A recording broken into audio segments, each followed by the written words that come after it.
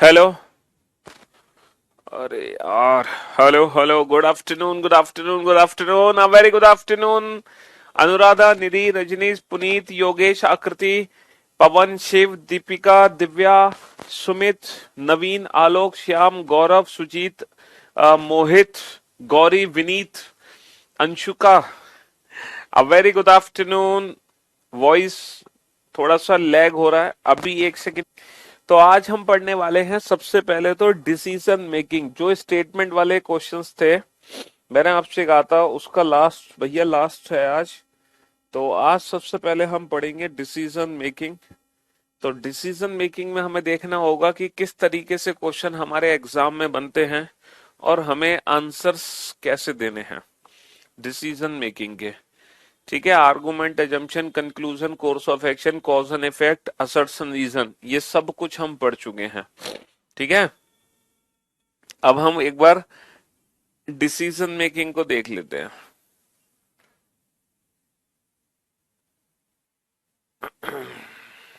हम्म, चलिए। Decision making में देखो क्वेश्चन किस तरीके से एग्जाम में बनता है, ये इंफॉर्मेशन है, आप इस इंफॉर्मेशन को पढ़ो। देखो, डिसीजन मेकिंग का मतलब है एलिजिबिलिटी क्राइटेरिया। आप लोगों को पता होगा कि जब हम कोई फॉर्म भरते हैं तो हम सबसे पहले क्या देखते हैं, हम सबसे पहले ना एलिजिबिलिटी क्राइटेरिया देखते हैं। भाई, जब भी हम कोई फॉर्म भरते हैं हम सबसे पहले देखते हैं एलिजिबिलिटी क्राइटेरिया किसी भी फॉर्म को भरने से पहले, और हम देखते हैं क्या हम एलिजिबल हैं फॉर्म भरने के लिए, तब हम फॉर्म भरते हैं। तब उसके बाद हम निर्णय लेते हैं। तो डिसीजन मेकिंग जो टॉपिक है ना, इस टॉपिक में बस यही हमें करना है। हमें एक इंफॉर्मेशन दी जाएगी, है ना, किसी कंपनी के एम्प्लॉय के रिगार्डिंग, और हमें ये देखना होगा क्या, और एक पर्सन की डिटेल दी जाएगी हमें। तो हमें ये देखना है कि ये पर्सन का सिलेक्शन होगा कि नहीं होगा, ये सारी चीजें हैं।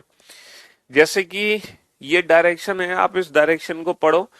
Following are the condition for selecting management trainee in an organisation. देखो, किसी ऑर्गेनाइजेशन में मैनेजमेंट ट्रेनी बनने के लिए, किसी ऑर्गेनाइजेशन में मैनेजमेंट ट्रेनी बनने के लिए ये कंडीशंस दे रखी हैं। पहली कंडीशन, दूसरी कंडीशन, तीसरी कंडीशन, चौथी कंडीशन, पांचवी कंडीशन।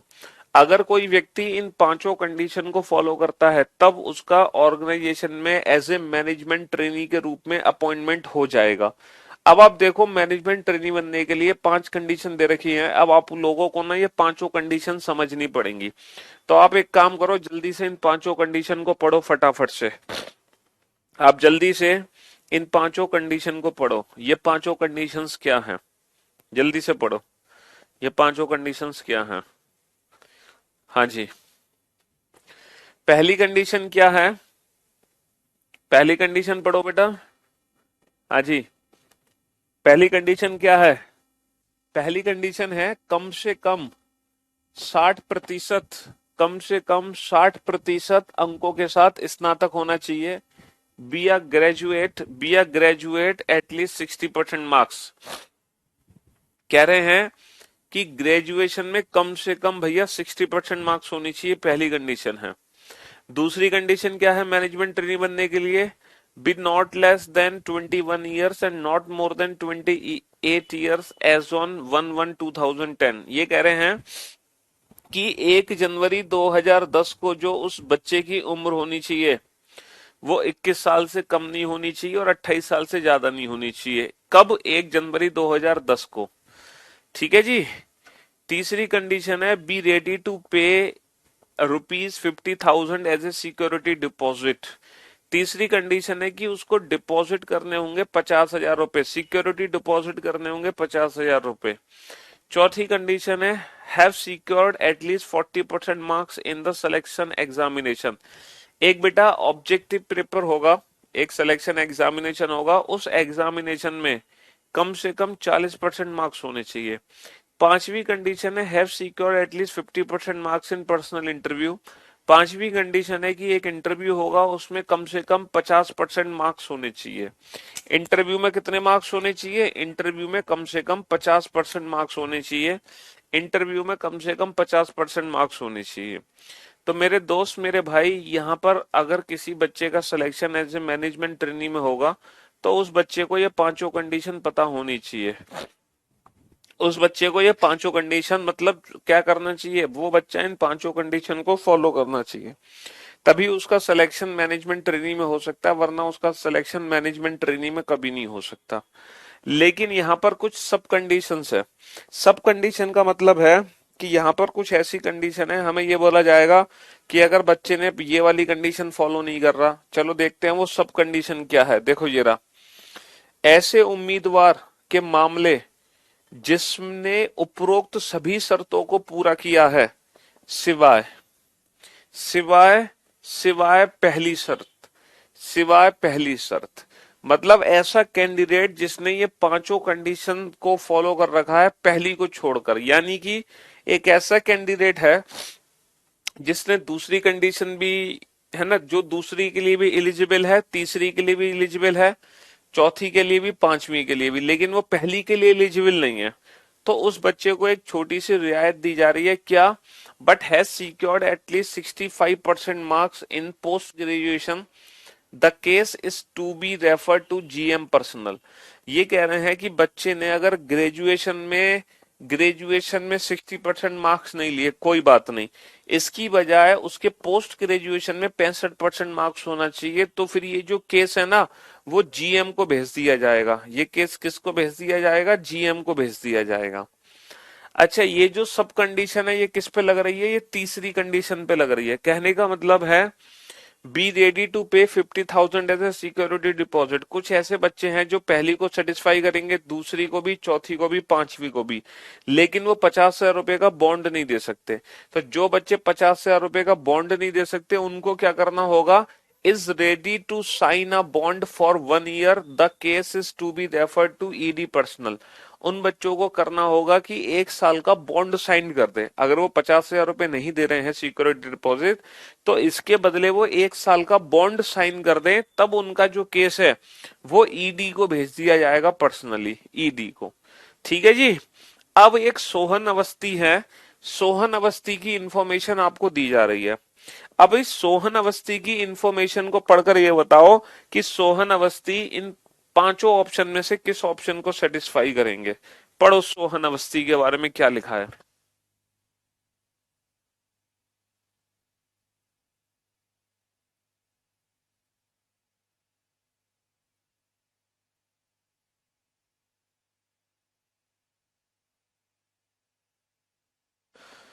हाँ जी, पढ़ो सोहन अवस्थी के बारे में आपका क्या कहना है। हमें भैया मैनेजमेंट ट्रेनी की ना वो दे दी थी, मैनेजमेंट ट्रेनी की क्या देती थी? मैनेजमेंट ट्रेनी की कंडीशंस दे दी थी कि कोई भी बच्चा मैनेजमेंट ट्रेनिंग में किसी भी कंपनी में तभी सिलेक्शन होगा जब वो बच्चा पांचों कंडीशन को सेटिस्फाई करे। पहली कंडीशन है कि ग्रेजुएशन में उसके होने चाहिए 60% मार्क्स। दूसरी कंडीशन है, दूसरी कंडीशन क्या है कि उसकी जो उम्र है 1 जनवरी 2010 को 21 और 28 साल के बीच में होनी चाहिए। पहली कंडीशन है ग्रेजुएशन के मार्क्स, दूसरी कंडीशन है उसकी एज, तीसरी कंडीशन है कि वो 50,000 रुपए का बॉन्ड साइन कर दे, चौथी कंडीशन है जो ऑब्जेक्टिव क्राइटेरिया होगा उसमें कम से कम कितने परसेंट मार्क्स होने चाहिए? 40% मार्क्स। 40% मार्क्स होने चाहिए किसमें, है ना, ऑब्जेक्टिव पेपर में। और पर्सनल इंटरव्यू में, पर्सनल इंटरव्यू में उसके मार्क्स होने चाहिए कम से कम 50%। चलिए, अब आप बेटा सोहन अवस्थी के बारे में पढ़ो। सोहन अवस्थी का जन्म 1987 में हुआ, तो बेटा 2010 को उसकी एज क्या होगी? 1 जनवरी 2010 को उसकी उम्र क्या होगी? सर 2010 में उसकी जो उम्र होगी वो होगी लगभग 23 साल। इसका मतलब दूसरी कंडीशन को वो सेटिस्फाई कर जाएगा। उन्होंने चयन परीक्षा और व्यक्तिगत साक्षरता में दोनों में 55% मार्क्स प्राप्त किए। पर्सनल इंटरव्यू और ऑब्जेक्टिव क्राइटेरिया दोनों में 55% है। इसका मतलब पता है क्या है कि चौथी और पांचवी दोनों कंडीशन सेटिस्फाई हो गई। वह 50,000 रुपए की जमानत राशि का भुगतान कर सकता है। इसका मतलब तीसरी कंडीशन भी सेटिस्फाई हो गई, तीसरी कंडीशन भी सेटिस्फाई हो गई। अब देखने हैं उसके ग्रेजुएशन में 60% मार्क्स है कि नहीं है। अच्छा, उसने, he secured 68% marks in post graduation and 59% marks in graduation। भैया ग्रेजुएशन में 59% मार्क्स हैं। इसका मतलब पहली कंडीशन सेटिस्फाई नहीं हो पा रही, क्योंकि ग्रेजुएशन में कम से कम क्या होने चाहिए, 60% मार्क्स होने चाहिए। कितने होने चाहिए, 60, बट है उसके 59। बट इसकी जगह अगर उसके पोस्ट ग्रेजुएशन में 65 है, तो भैया पोस्ट ग्रेजुएशन में 68% है। इसका मतलब ये जो केस है, ये किसको रेफर कर दिया जाएगा, ये केस जीएम को रेफर कर दिया जाएगा। If the case is to be refer to GM personal तो option D is the right answer. इस क्वेश्चन का आंसर क्या आ जाएगा, ऑप्शन डी। तो इस बच्चे का जो केस है ना, सोहन अवस्थी का केस, ये जीएम को पर्सनली भेज दिया जाएगा। किसको भेज दिया जाएगा, जीएम को भेज दिया जाएगा।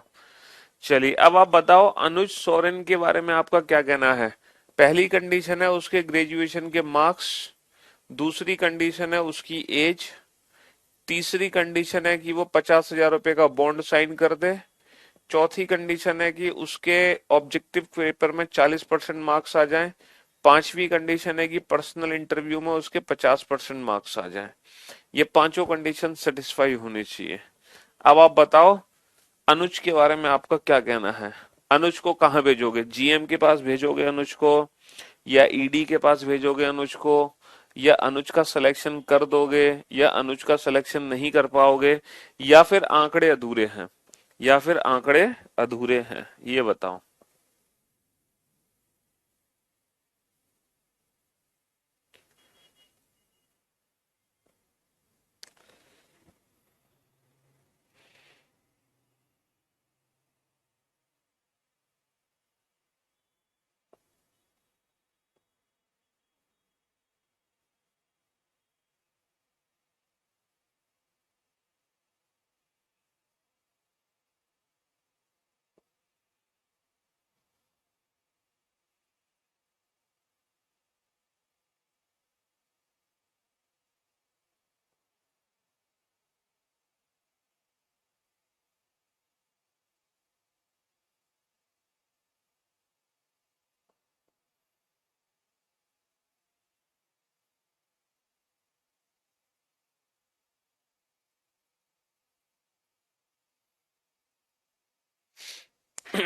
हाँ जी।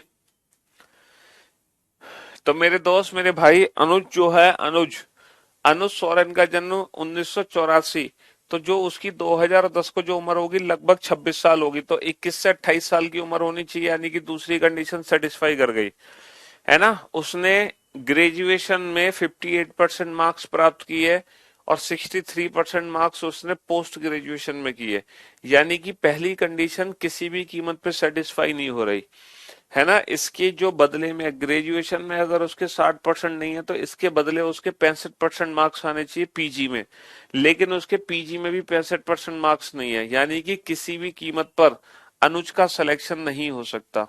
किसी भी कीमत पर अनुज का सिलेक्शन नहीं हो सकता if the candidate is not to be selected.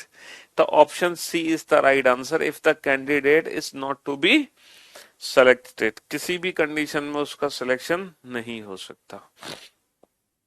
चलिए नेक्स्ट क्वेश्चन पे चलते हैं। नेक्स्ट,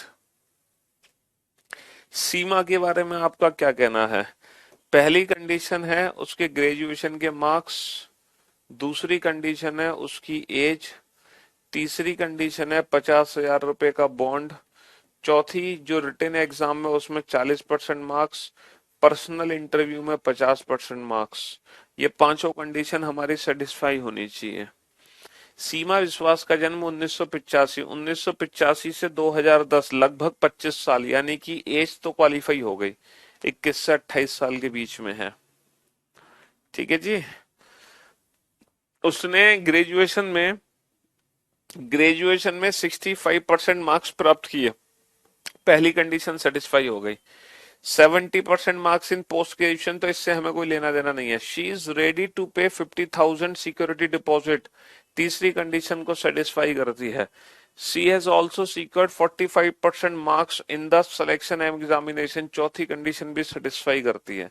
लेकिन यहाँ पर पर्सनल इंटरव्यू में उसको कितने मार्क्स मिले हैं, पर्सनल इंटरव्यू में कितने मार्क्स मिले इसका जिक्र नहीं हो रहा, इसका जिक्र नहीं हो रहा। If the data provided are not adequate to take a decision, इसका मतलब यह है कि आंकड़े अधूरे हैं, डाटा अपर्याप्त है। इसका मतलब क्या है कि आंकड़े अधूरे हैं। भाई आंकड़े अधूरे हैं, डाटा पर्याप्त है, ठीक है बाबू। हाँ जी, आंकड़े अधूरे हैं, डाटा अपर्याप्त है। चलिए नेक्स्ट क्वेश्चन। हाँ जी, अभिनव घोषाल के बारे में आपको क्या कहना है? पहली कंडीशन है कि ग्रेजुएशन में उसके 60% मार्क्स होने चाहिए। दूसरी कंडीशन है उसकी एज होनी चाहिए 21 से 28 साल 2010 को। तीसरी कंडीशन है कि 50,000 रुपए का बॉन्ड देते। चौथी कंडीशन है कि सिलेक्शन एग्जामिनेशन में 40% मार्क्स हो। पांचवी कंडीशन है कि पर्सनल इंटरव्यू में 50% मार्क्स होने चाहिए। पर्सनल इंटरव्यू में 50% मार्क्स होने चाहिए। देखो, अभिनव घोषाल है secured 52% marks in the personal interview. 52% marks in the personal interview. Interview में कितने परसेंट मार्क्स हैं? 52%। तो पांचवी कंडीशन सेटिस्फाई हो गई। 40% marks in the selection examination, चौथी कंडीशन भी सेटिस्फाई हो गई। He can pay 25,000 as a security deposit, तीसरी कंडीशन सेटिस्फाई नहीं हो रही। Alternatively he can sign a bond 1 year, देखो 1 साल का बॉन्ड साइन कर सकता है इसकी जगह, तो वो करने को राजी है, तो इसकी सब कंडीशन सेटिस्फाई है। ही वॉज बोर्न ऑन 1984, यानी कि 26 साल 2010 को, इसका मतलब ये भी कंडीशन सेटिस्फाई है। 63% मार्क्स इन ग्रेजुएशन, इसका मतलब पहली कंडीशन भी सेटिस्फाई है। तो भाई साहब, जो बच्चा 50,000 बॉन्ड रुपए देने की जगह बॉन्ड साइन करने को तैयार है, तो वो केस किसको रेफर कर दिया जाएगा?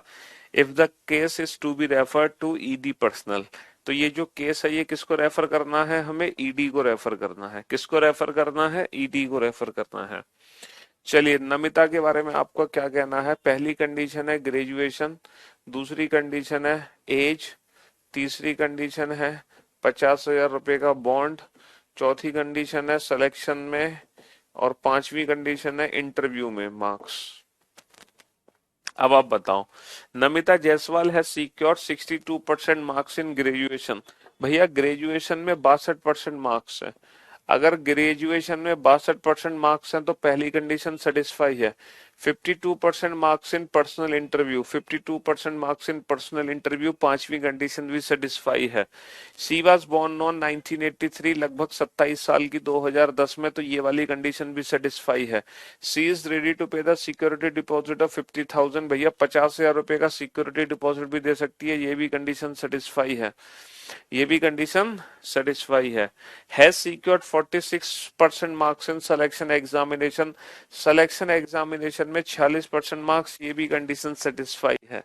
इसका मतलब इसका आंसर क्या होगा? सर इसका आंसर होगा if the candidate is to be selected.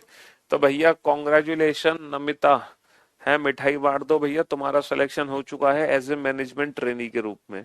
आपका सिलेक्शन हो चुका है एज ए मैनेजमेंट ट्रेनी के रूप में।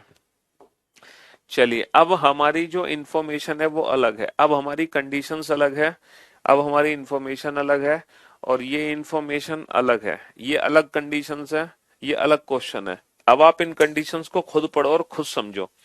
अब मैं आप लोगों को कंडीशन समझाऊंगा नहीं, ये किसी और जॉब की कंडीशन है।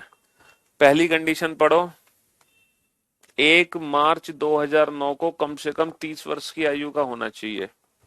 दूसरी कंडीशन पढ़ो, have secured at least 55% marks in graduation, graduation में कम से कम 55% मार्क्स होने चाहिए, ग्रेजुएशन में कम से कम 55% मार्क्स होने चाहिए। तीसरी कंडीशन पढ़ो, have secured at least 60% marks in post graduation degree in diploma in marketing, भैया 60% मार्क्स होने चाहिए पोस्ट ग्रेजुएशन डिग्री में, पोस्ट ग्रेजुएट में, डिग्री डिप्लोमा में। कितने? 60% मार्क्स। है पोस्ट क्वालिफाई, है post qualification work experience of at least 5 years in the marketing division of an organisation, भैया 5 साल का उसको एक्सपीरियंस होना चाहिए मार्केटिंग डिवीजन ऑर्गेनाइजेशन में। Have secured at least 45% marks in the selection process, selection process में कम से कम 45% मार्क्स होने चाहिए। In the case of the candidate who satisfy all other condition except. अब देखो कुछ सब कंडीशंस दी होंगी, उन सब कंडीशंस को पढ़ो। कुछ ऐसे उम्मीदवार कुछ ऐसे उम्मीदवार के मामले जो अन्य सभी शर्तों को पूरा करते हैं सिवाय सिवाय किसके, सिवाय इसके, सिवाय इसके,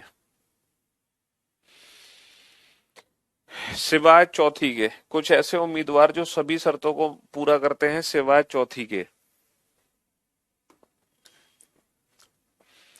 सिवाय चौथी, अन्य सभी शर्तों को पूरा करते हैं सिवाय चौथी। चौथी शर्त क्या थी कि मतलब उसको 5 साल का वर्क एक्सपीरियंस की जगह, मतलब उसको व्यक्ति को अगर 5 साल का वर्क एक्सपीरियंस नहीं है तो इसकी जगह उसको क्या हो, but has post qualification work experience of at least 2 year.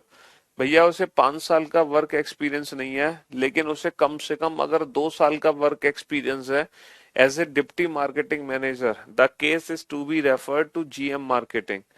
तो अगर उसको 5 की जगह 2 साल का एक्सपीरियंस है डिप्टी मार्केटिंग मैनेजर में, तो हम ये जो केस है ना वो जीएम को डायरेक्टली भेज देंगे, हम ये केस जीएम को डायरेक्टली भेज देंगे।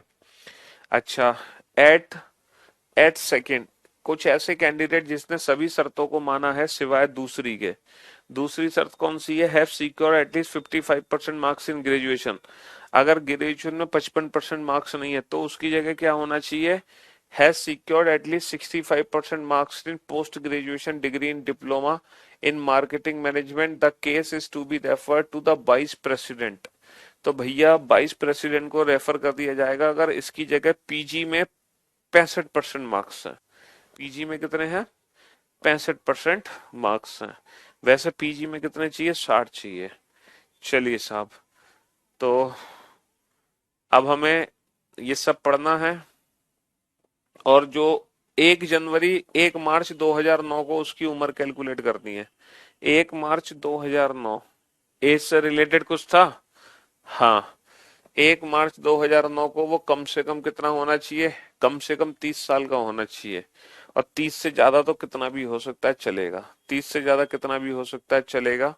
तो यहाँ पर 5 कंडीशन है, पांचों कंडीशंस को लिख दो। नवीन मराठे के बारे में आपको क्या कहना है, नवीन मराठे, पहली कंडीशन क्या है, पहली कंडीशन की उसकी जो उम्र है वो कम से कम 30 साल होनी चाहिए 2009 को।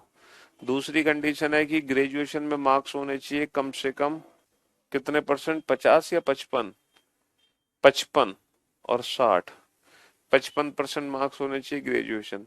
पोस्ट ग्रेजुएशन में होने चाहिए 60% मार्क्स। ठीक है, नेक्स्ट 5 साल का वर्क एक्सपीरियंस होना चाहिए। और अगला क्या है, 5 साल के वर्क एक्सपीरियंस से अगला क्या है कि 45% मार्क्स होने चाहिए सिलेक्शन प्रोसेस में।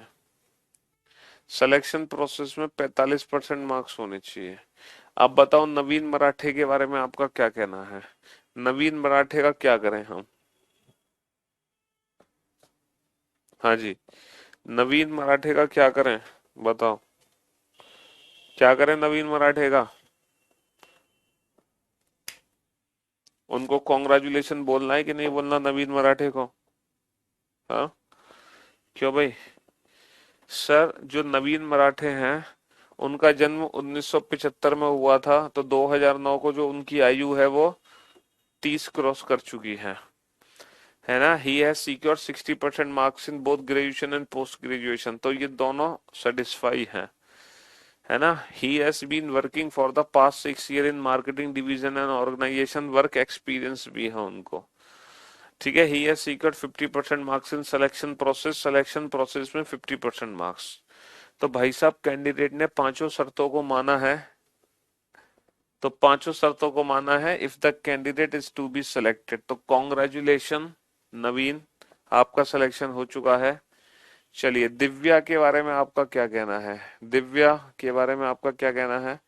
पहली कंडीशन एज, दूसरी कंडीशन ग्रेजुएशन के मार्क्स, तीसरी कंडीशन पोस्ट ग्रेजुएशन के मार्क्स, चौथी कंडीशन, चौथी कंडीशन क्या है भाई साहब, एज ग्रेजुएशन पोस्ट ग्रेजुएशन। चौथी कंडीशन क्या है, चौथी कंडीशन था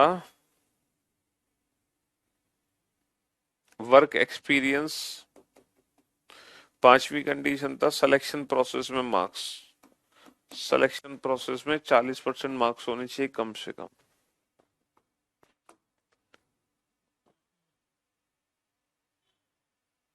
नहीं 45% है, 45, 45। Divya has been working for the past 5 years in marketing division in organization after completing her post graduation diploma in marketing with 65% marks। ये भी है, ये भी है। एक सेकंड, एक सेकंड। पोस्ट ग्रेजुएशन भी है, वर्क एक्सपीरियंस भी है। She has secure 55% marks in graduation. बेटा ग्रेजुएशन में 55% मार्क्स है, तो ग्रेजुएशन में 55% मार्क्स ही चाहिए। 50% marks in selection process, selection process के मार्क्स आ गए। सी वास 1979। 1979 का मतलब क्या है कि उसकी जो उम्र है वो 21 और 9 30 साल। अच्छा, 1 जनवरी, 1 जनवरी, 1 मार्च, 1 मार्च 2009 को, और यहां पर दे रखी है 1979, और अप्रैल, अप्रैल कौन सा महीना होता है, चौथा, और ये हो गया 2। तो भैया एक में से दो तो माइनस कर नहीं सकते, तो 11 में से 2 को माइनस करें, वो सॉरी यहां से एक महीना उधार लेंगे, मार्च, 31 और 1 32, 32 में से 2 माइनस हुआ 30, 30 दिन। यहाँ बचे 2 महीने, यहाँ से 12 और 2 14, 14 में से 4 हुए 10 महीने। ये कैलेंडर चैप्टर में हम पढ़ चुके हैं। 2008, 8 में से 79 माइनस करो बेटा, तो 18 माइनस का 9 9, और 9 माइनस का 7 2, तो ये 29 ईयर्स। तो बेटा कम से कम, आज मेरा एसएससी जीडी का पेपर था, 20 आउट ऑफ 20 करके आया सर। एक क्वेश्चन में सस्पेक्ट था बस, बाकी सब आपका पढ़ा है वो आया था। हाँ जी। तो भाई साहब जो उसकी उम्र है, जो उसकी उम्र है वो 30 साल की नहीं है बेटा। वो जो बच्चा है ना वो 30 साल का पता है कब होता, वो 30 साल का होता अगर वो मार्च में पैदा हो जाता, लेकिन वो अप्रैल में पैदा हुआ है ना, 1 महीने बाद। तो वो अभी 30 साल का नहीं हुआ है। तो जब 30 साल का नहीं हुआ है तो उम्र नहीं है। तो इस क्वेश्चन का आंसर है if the candidate is not to be selected, if the candidate is not to be selected. बताओ सुरेश मेहता के बारे में आपका क्या कहना है। पहली कंडीशन है सुरेश मेहता की, पहली कंडीशन क्या है कि उनकी उम्र कम से कम 30 होनी चाहिए, ग्रेजुएशन में कम से कम मार्क्स होने चाहिए 55, पोस्ट ग्रेजुएशन में कम से कम होने चाहिए उसके मार्क्स हैं 60, 60, वर्क एक्सपीरियंस 5 साल का होना चाहिए, और सिलेक्शन प्रोसेस में कम से कम होने चाहिए 45% मार्क्स। ठीक है जी। हाँ जी। तो Suresh Mehta has secured 58% marks in graduation, graduation में 58% मार्क्स हैं, तो दूसरी कंडीशन सेटिस्फाई है। 1975, 25 और 10 35, कम से कम 30 साल का है व्यक्ति। Has 50% marks in the selection process, selection process. बाकी की दो की कहानी ही नहीं पता हमें, बाकी की दो की कहानी ही नहीं पता। तो इस क्वेश्चन का आंसर क्या होगा, इस क्वेश्चन का आंसर क्या होगा, if the data are inadequate to take a decision, यदि डेटा निर्णय लेने के लिए अपर्याप्त है, क्योंकि हमें बाकी की कहानी नहीं पता सुरेश के बारे में। तो भैया हम निर्णय ले किस बेसिस पे लें जब बाकी कुछ हमें पता ही नहीं, तो हम निर्णय नहीं ले सकते हैं, हम निर्णय ले ही नहीं सकते। ठीक है जी। हाँ जी। चलिए वरुण मल्होत्रा के बारे में आपका क्या कहना है। पहली कंडीशन है एज, दूसरी कंडीशन है ग्रेजुएशन के मार्क्स, तीसरी कंडीशन है पोस्ट ग्रेजुएशन के मार्क्स, चौथी कंडीशन है वर्क एक्सपीरियंस, पांचवी कंडीशन है सिलेक्शन प्रोसेस के मार्क्स, सिलेक्शन प्रोसेस के मार्क्स। नीचे दिया है, नीचे देखो, नीचे नीचे क्या देखो। अच्छा ये हमने जल्दबाजी कर दी बेटा, आगे भी था question, he has been working for the past 7 years in the marketing division of an organisation after completing. बेटा वर्क एक्सपीरियंस भी है उसको, वर्क एक्सपीरियंस भी है, नीचे दिया हुआ है और भी था नीचे, हमने इसको पढ़ा नहीं, तो उसको वर्क एक्सपीरियंस भी है 7 साल का, after completing his post graduation in 62% marks. 62% marks में उसने पोस्ट ग्रेजुएशन कंप्लीट कर ली। इसका मतलब ये है कैंडिडेट का सिलेक्शन हो जाएगा, इसका मतलब ये है कैंडिडेट का सिलेक्शन हो जाएगा, है ना, डेफिनेटली कैंडिडेट का सिलेक्शन हो जाएगा। पिछले 7 सालों से काम कर रहा है, 62% मार्क्स भी है उसके पोस्ट ग्रेजुएशन में, जबकि हमें तो 60% मार्क्स ही चाहिए, तो कैंडिडेट का सिलेक्शन हो जाएगा। सुरेश आपका सिलेक्शन हो गया, ठीक है। हाँ जी।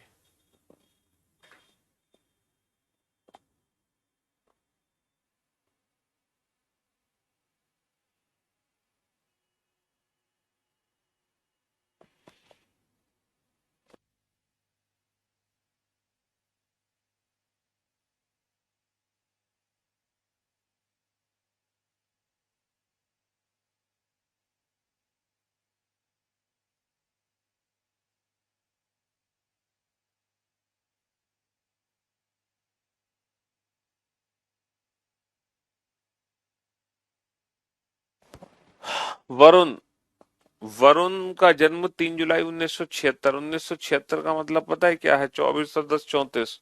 तो पहली कंडीशन तो सेटिस्फाई हो गई, ठीक है। And he has been working as a deputy marketing manager. बेटा डिप्टी मार्केटिंग मैनेजर है पास्ट 3 years, यानी कि इसका जो दूसरा था ना वो वाला है। After completing his post graduation degree in 65% marks, he has secured 55% marks in both graduation and selection process. तो बेटा यहाँ पर क्या है, यहाँ पर एक्सपीरियंस उसको किस में है? डिप्टी में है। तो जब डिप्टी में एक्सपीरियंस है तो ये वाला कैंडिडेट कहाँ भेजा जाना था? डिप्टी वाला कैंडिडेट कहाँ भेजा जाना था? हाँ जी, उसको जो वर्क एक्सपीरियंस अगर डिप्टी में है तो ये GM, GM marketing vice president को तो तब भेजेंगे जब उसके पीजी में 65% मार्क्स होंगे, ग्रेजुएशन में नहीं होंगे 55। ग्रेजुएशन में 55 ना होके पीजी में उसको, तो वाइस प्रेसिडेंट है। लेकिन यहाँ पर हमें किसको भेजना है? यहाँ पर हमें जीएम को भेजना है। If the case is to be referred GM, है ना। हाँ जी। चलिए, सुधा के साथ क्या होना है? सुधा, सुधा गोपालन। पहली जो कंडीशन है वो है एज कम से कम 30 साल, ग्रेजुएशन में कम से कम 55% मार्क्स, पोस्ट ग्रेजुएशन में 60% मार्क्स, ठीक है। वर्क एक्सपीरियंस होना चाहिए 5 साल का, और सिलेक्शन प्रोसेस में 45% मार्क्स उसके होने चाहिए कम से कम। सुधा गोपालन। तो बेटा यही है डिसीजन मेकिंग। डिसीजन मेकिंग में कुछ भी नहीं है। डिसीजन मेकिंग में क्या है? एक कंपनी की इंफॉर्मेशन दे रखी है, एक कैंडिडेट की इंफॉर्मेशन दे रखी है, बस कैंडिडेट की इंफॉर्मेशन को पढ़ के बताओ कि ये हो सकता है कि नहीं हो सकता। डिसीजन मेकिंग में इसके अलावा और कुछ भी नहीं है, समझ रहे हो? डिसीजन मेकिंग में इसके अलावा और कुछ भी नहीं है, कुछ भी नहीं है डिसीजन मेकिंग में इसके अलावा, है जी।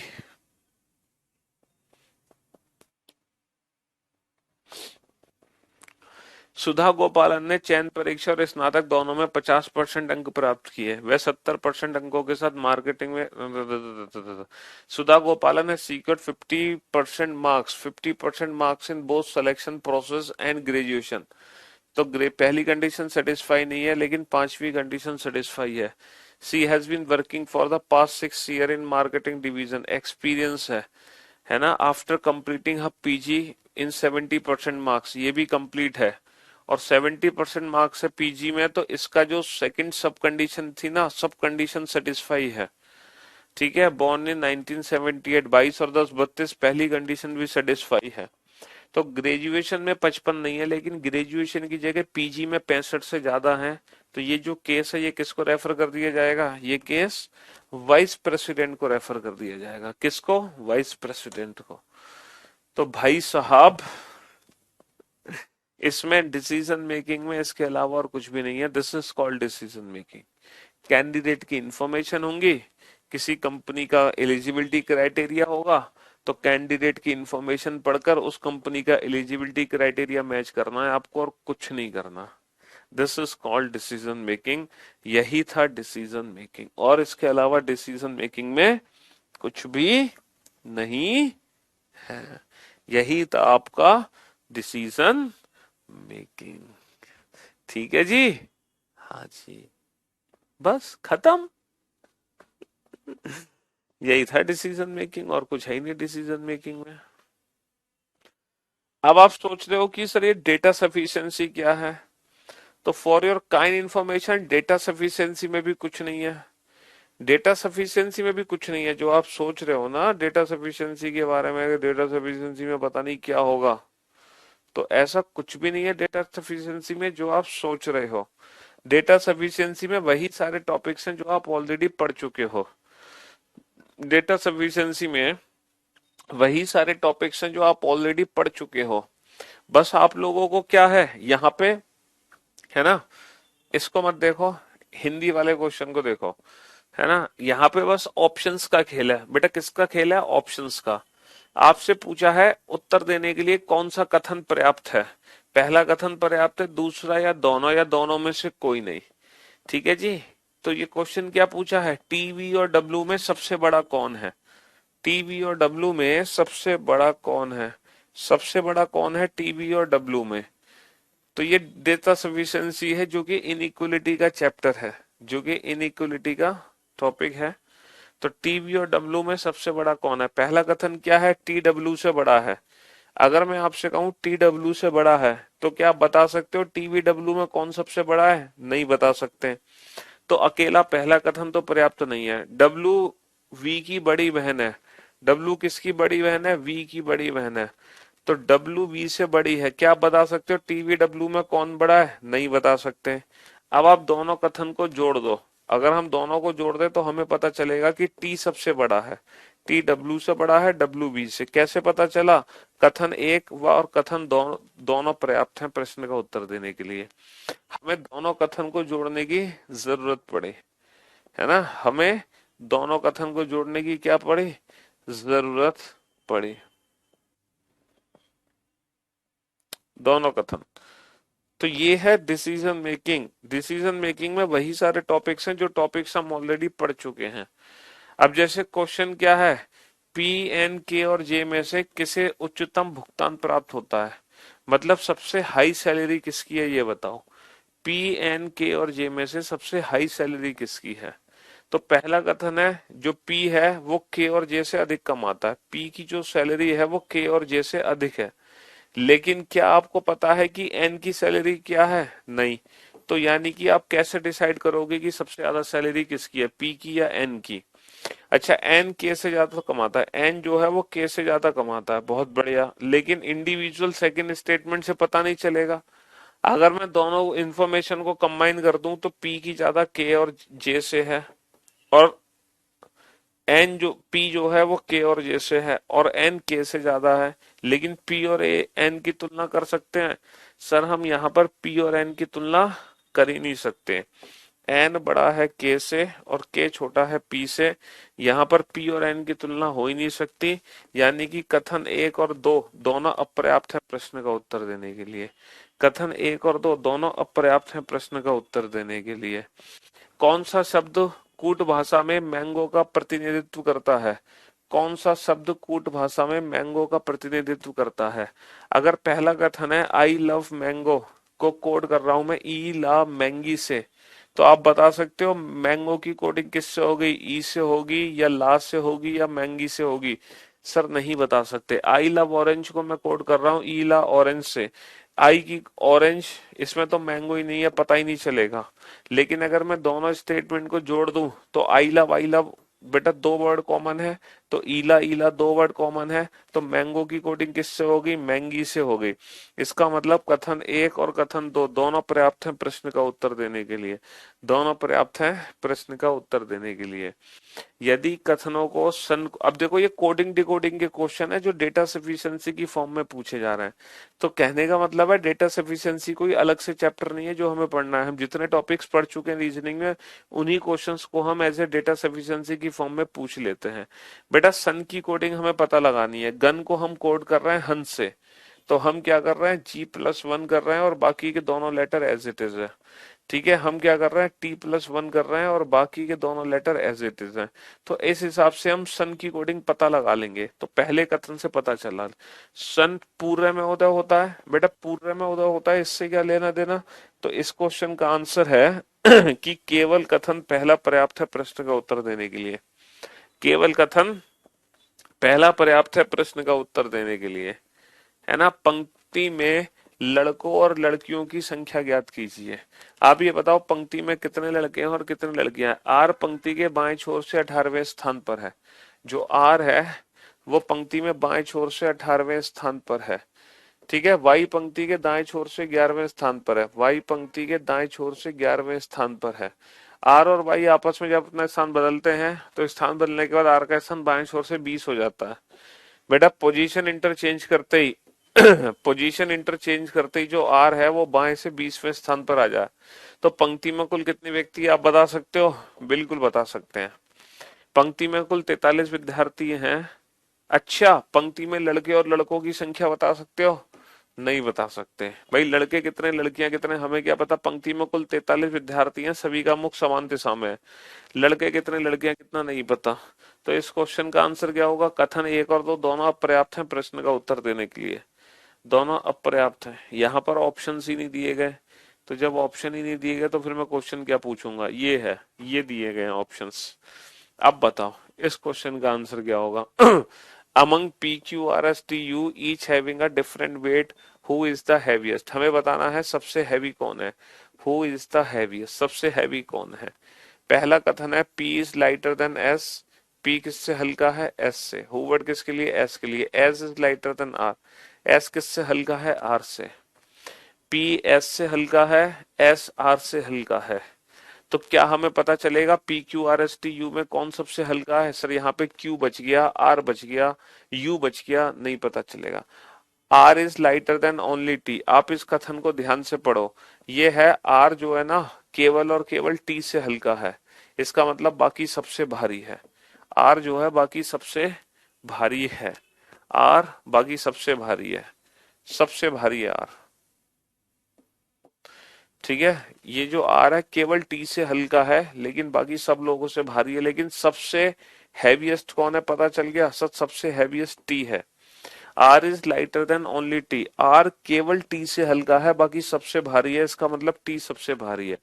S is heavier than U, S किससे हैवी है, यू से।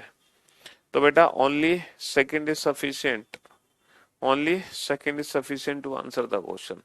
तो डेटा सफिशिएंसी कोई चैप्टर नहीं है जिसको हमें अलग से पढ़ना है, हमें बस ऑप्शंस को सिलेक्ट करना आना चाहिए, कब कौन सा ऑप्शन सेलेक्ट करना है।